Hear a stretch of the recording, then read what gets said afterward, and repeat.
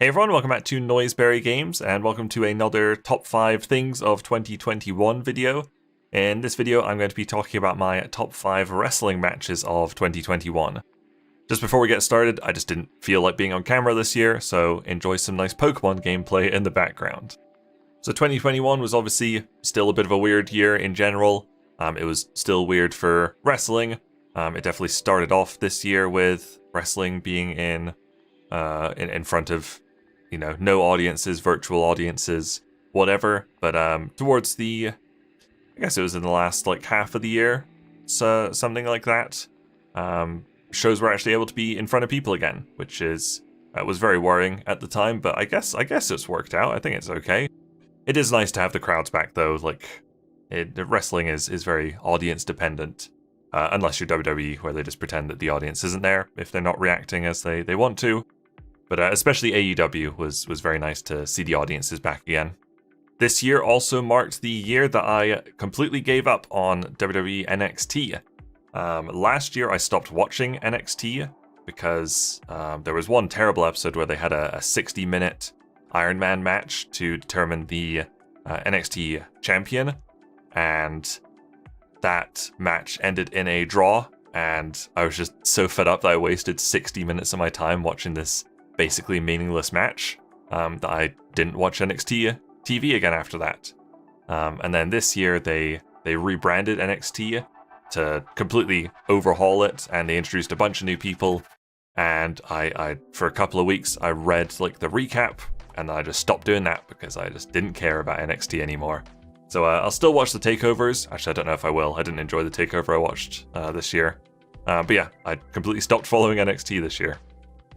Before I get into my list, this list is very second half of the year heavy. And I don't know if that's just recency bias, because my lists usually do have like earlier in the year stuff. But it could also be that the crowds are now back in the matches from the second half of the year. So I think that might have had something to do with it. I think you just get more involved with a match if you can hear the audience react to it.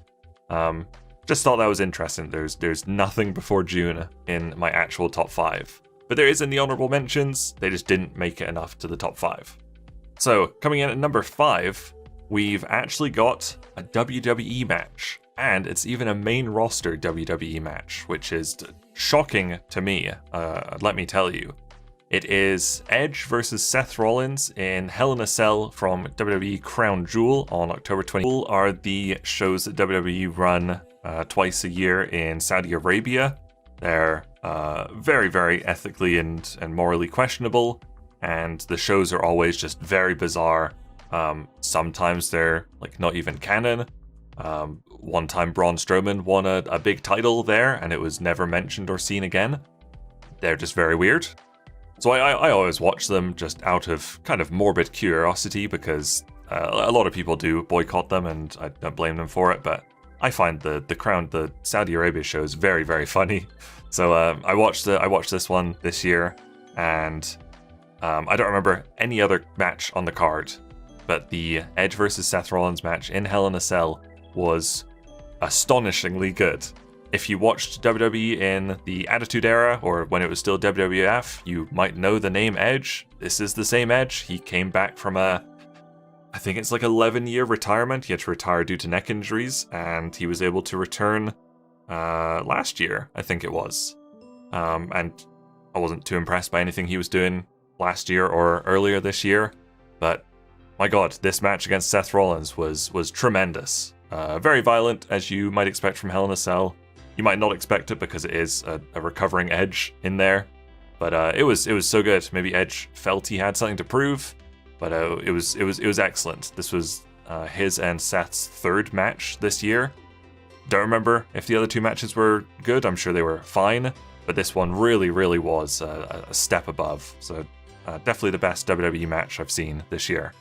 Coming in at number 4 is Ilya Dragunov versus Walter from NXT TakeOver 36 on August 22nd.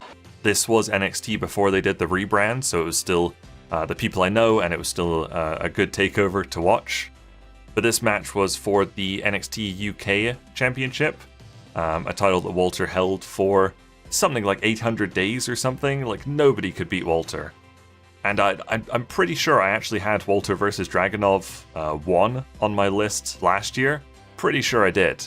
And so this was I think it's their second time meeting in NXT UK, and it was even better. I don't know how. Like, I think it's just because Walter is just this huge brute, and Dragunov is just this plucky, fiery, smaller guy. So it's just such a cool matchup. Like, whenever Walter chops him, you can just see him recoil and just get smashed to the ground. But he gets up and he grits his teeth and he keeps fighting.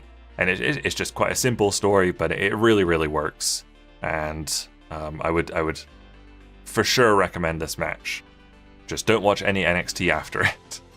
No, I think NXT was still okay for a little bit after this, but not for much longer. But yeah, this was such a good match. Coming in at number 3 is Katsuhiko Nakajima versus Keno from the Noah N1 final on October 3rd. Somebody's chest plate's getting caved in today, surely.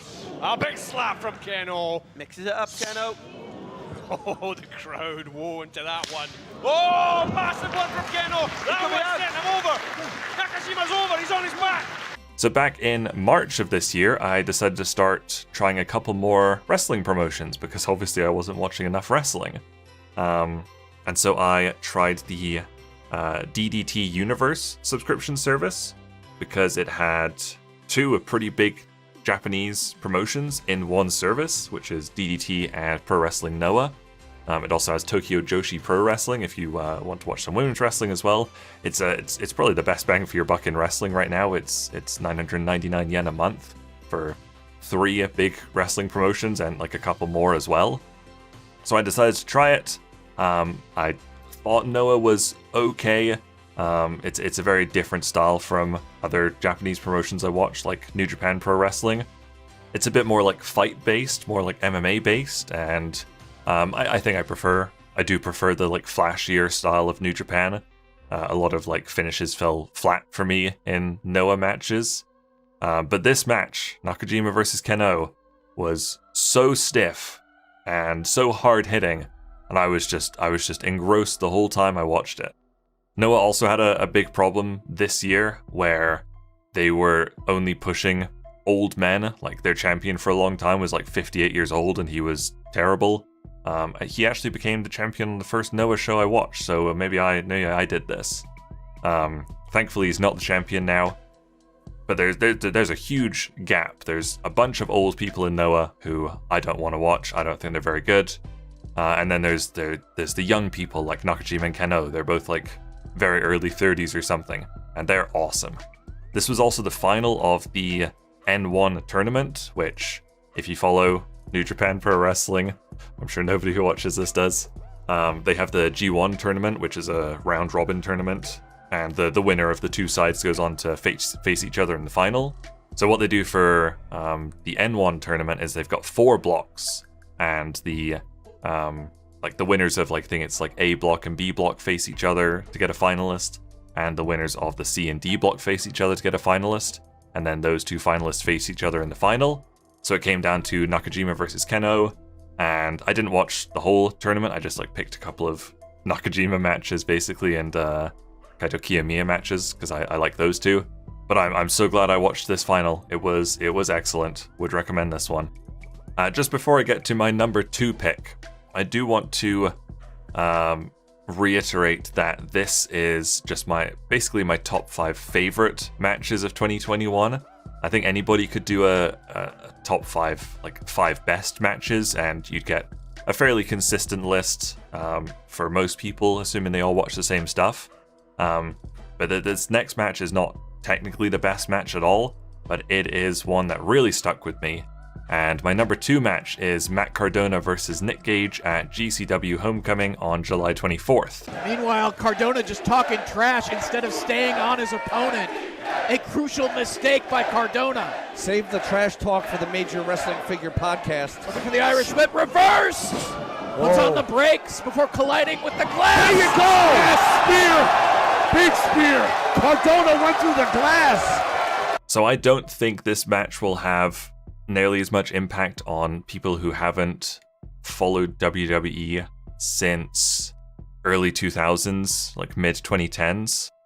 But to try and keep it as short as possible, Matt Cardona wrestled as Zack Ryder in WWE for a long time, and he's an incredibly charismatic dude, but WWE just never saw anything in him and never did anything big with him.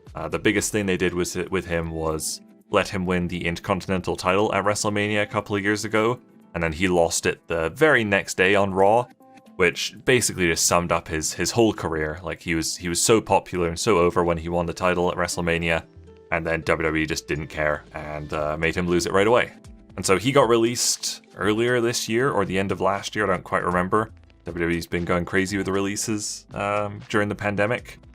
And so he started wrestling around as Matt Cardona, and he took a few indie bookings. He was on AEW for a couple of weeks, I think. Pretty meh, didn't do very much there. But then he showed up in GCW, which is this hardcore deathmatch wrestling promotion, very similar to original ECW. And the fans are like bloodthirsty there. You get loads of light tubes and glass being smashed in matches, very violent. And Matt Cardona showed up and he started doing this gimmick where he still believed he was a WWE superstar. And he would refer to the fans as the GCW universe, because WWE refers to their audience as the WWE universe, which is just horribly cringy. But Matt Cardona had this brilliant gimmick of pretending to be a WWE superstar in this super violent indie promotion, and he was hated by the audience. Matt Cardona not even able to get to the ring on his own. He's not showing any fear, any hesitation. Yeah, because he has protection. Yeah. These fans want to beat the crap out of him. Imagine what Nick Gage is going to do to Matt Cardona when he gets him inside that ring. And it was just such a cool, unique gimmick that nobody had done before. And so he wrestled Nick Gage, who is the king of deathmatch wrestling, and Matt Cardona, this guy everyone thought was this cushy WWE guy, did a full-on deathmatch against Nick Gage. And it's super violent. I don't know if I managed to find like a good clip to put in this video, because none of it will be suitable for YouTube. But he did a full-on deathmatch, did everything people like proper deathmatch wrestlers do in these matches, earned so many people's respect. He made me a massive fan of his just in that one match. And spoilers for the match, he won. He beat Nick Gage to win the GCW championship, and the crowd was so upset by this, they started throwing empty like cups of beer into the ring, just showering him with garbage. No! And now Matt Cardona! No! No! Matt Cardona is the GCW World Champion! Fuck this shit. Matt Cardona covered in beverages.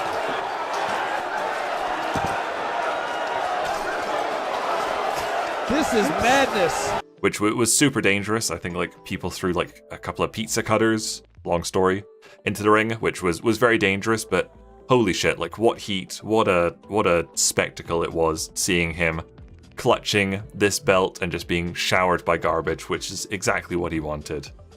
So absolutely not the most technical match, but it really stuck with me. I rewatched it like the very next day because I was so invested in this match. So super fun. GCW's a lot of fun to watch. Would recommend this match as well. As long as you're not squeamish, there's a lot of blood. Okay, I've got a lot of honorable mentions. I'm just going to rattle through most of them. Not going to talk about most of them.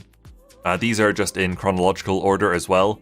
And surprisingly, like the list is very first half of the year oriented.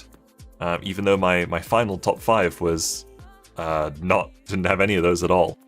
So first I've got Kazuchika Okada versus Will Ospreay from New Japan Wrestle Kingdom January 4th. Also got Ibushi versus Naito from the same day, and Ibushi versus Jay White from the next day, January 5th. I just remember that one. Like I don't remember these matches at all. That's why they're just honorable mentions. But Jay White lost, and he just cut this super promo afterwards. Being like, why am I still doing this and stuff, and people were thinking, is he gonna retire? Is he gonna like go to WWE or something? It was just a really good promo.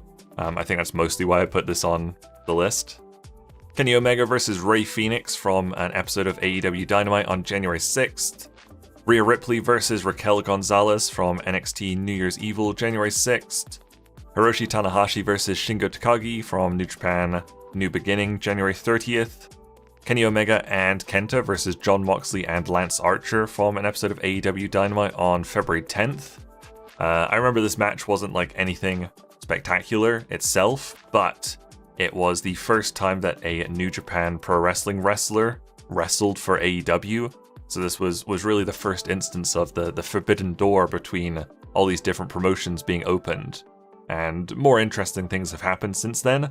But at the time, you know, almost a year ago now, seeing Kenta, a New Japan wrestler, on AEW was huge. And that's mostly why it's on here, just because of its significance. I've got Okada versus Shingo Takagi from New Japan Cup on March 6th. Got Omega versus Jon Moxley in the Exploding Barbed Wire Death Match from AEW Revolution on March 7th. This is the match where the post-match stuff just went horribly wrong. There was supposed to be a big explosion because it's an exploding barbed wire death match, but the explosions didn't go properly, and it really ruined the story of the match, I think.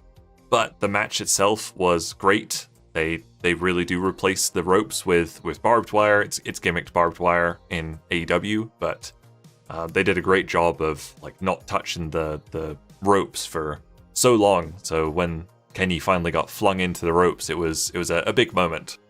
I got a couple more New Japan Cup matches. I got Will Ospreay versus Zack Sabre Jr. on March 14th, and then Will Ospreay versus Shingo Takagi on March 21st. Those were both New Japan Cup. Then I had Will Ospreay, 3 in a row for Ospreay, versus Kota Ibushi at Sakura Genesis on April 4th. I believe this is where Ospreay won the IWGP Heavyweight Championship. And as a massive Ospreay fan, that's probably why I put it on the list. I've got MSK versus Grizzled Young Veterans versus Legado del Fantasma from NXT TakeOver Stand and Deliver April 7th. I do remember this was just a very exciting, high-flying tag team triple threat match. Very good. Seth Rollins versus Cesaro from WrestleMania 37 on April 10th. It was really cool. Cesaro was getting a nice push for a couple of months in WWE at this time, and he had a really good match against Seth. Will Ospreay versus Shingo Takagi again. This is the second time I have this exact pairing on the list. This was Wrestling Dontaku May 4th. Roman Reigns versus Cesaro from, I think, WWE WrestleMania Backlash. I just wrote Backlash. I think it was WrestleMania Backlash, May 16th. Another really good Cesaro match. Actually better than the match he had against Rollins at WrestleMania. But this was great, and I don't think they pushed him again after this. Katsuhiko Nakajima versus Masakita Miya from Noah Cage War, June 26th. It was a big steel cage match. I think they said it was the first steel cage match in Noah's history, and it was a very good match. Kenny Omega versus Sami Callihan from Impact Slammiversary, July 17th. Tomohiro Ishii versus Moose from New Japan Resurgence, August 14th. Probably the best Moose match I've ever seen. But Ishii is a god of pro wrestling, and he was awesome. 440 versus MDK at GCW Art of War Games, September 4th. War Games is a match where they put 2 rings side by side and put a steel cage around both rings. And they do a 5v5. I know it's 5v5 in WWE. I think they did 5v5 at this one. But it was just a really cool deathmatch War Games. Young Bucks versus Lucha Bros from AEW All Out, September 5th. Will Ospreay versus Ricky Knight Jr. from Revolution Pro High Stakes, September 19th. I'd never seen Ricky Knight Jr. wrestle before, but I know the name from Paige from WWE and the movie Fighting With My Family. Really good match against Ospreay. Also, Kenny Omega versus Bryan Danielson from an episode of AEW Dynamite, September 22nd. And the last honorable mention is the Super Click versus Jurassic Express and Christian from AEW Full Gear, November 13th. That match is probably the unofficial number 6 match of the year. That was so good. And I think I didn't add it. I probably should have added it. But Adam Hangman Page versus Bryan Danielson from, I guess it was the December 15th episode of Dynamite was another great match, so another honorable mention that I just didn't write down. And just enough time to talk about my match of the year before my voice totally goes. I guess I'm a little bit out of practice of talking this long. But my match of the year, my favorite match of 2021, was Utami Hayashishita versus Syuri from Stardom Tokyo Dream Cinderella Special Edition, June 12th. Goes in for the kill again. Oh my goodness! Stardom is a Japanese female wrestling, and for the longest time I thought I just didn't get women's wrestling because I don't care about it in WWE, I barely care about it in AEW, and I thought I just didn't like women's wrestling for some reason. And then I started watching Stardom this year because I heard good things about this match, and turns out I just don't like Western women's wrestling because Japanese women's wrestling is flippin' awesome. This match got a ton of hype, so like I always do, if I hear about specific matches that get a lot of talk, I always go out of my way to watch them, and I'm so glad I did. I didn't know anybody on the Stardom roster. I knew a couple of names, but I didn't know either of these names. But Utami was such an awesome babyface that despite not knowing who she was before the match started, by about halfway through the match, I was so invested, and she was my favorite wrestler ever in that moment, and I needed her to win. And I don't know how she did it, but she just did such a great job of making me really invested in this match that I wasn't aware of anyone in it before it started. And it wasn't just Utami, like Syuri was an excellent kind of vicious heel. It just told a really, really good story throughout the match. Stardom is also super cheap. You can get Stardom World subscription for, again, I think it's like 900 yen a month. So it's literally like $10 US a month for like both these subscription services. I haven't watched as much Stardom as I want to. My wrestling watching is definitely cut down a little bit in the latter half of the year, just with personal things getting busier and work being busy. But Stardom is really, really cool. They've got a really good website. They do English translations of the promos. They do like subtitles of the promos in ring after matches, which is very, very useful. But I would wholeheartedly recommend this match, Utami Hayashishita versus Syuri, Stardom Tokyo Dream Cinderella Special Edition, that's the name of the show, on June 12th. And there you go, that was my my list of top 5 wrestling matches of 2021.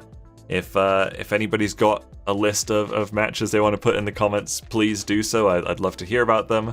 I'd be amazed if anybody does, but please do if you have a list. Thank you guys very much for watching. Make sure you leave a like and subscribe if you enjoyed this video, and I'll see you guys later. Bye!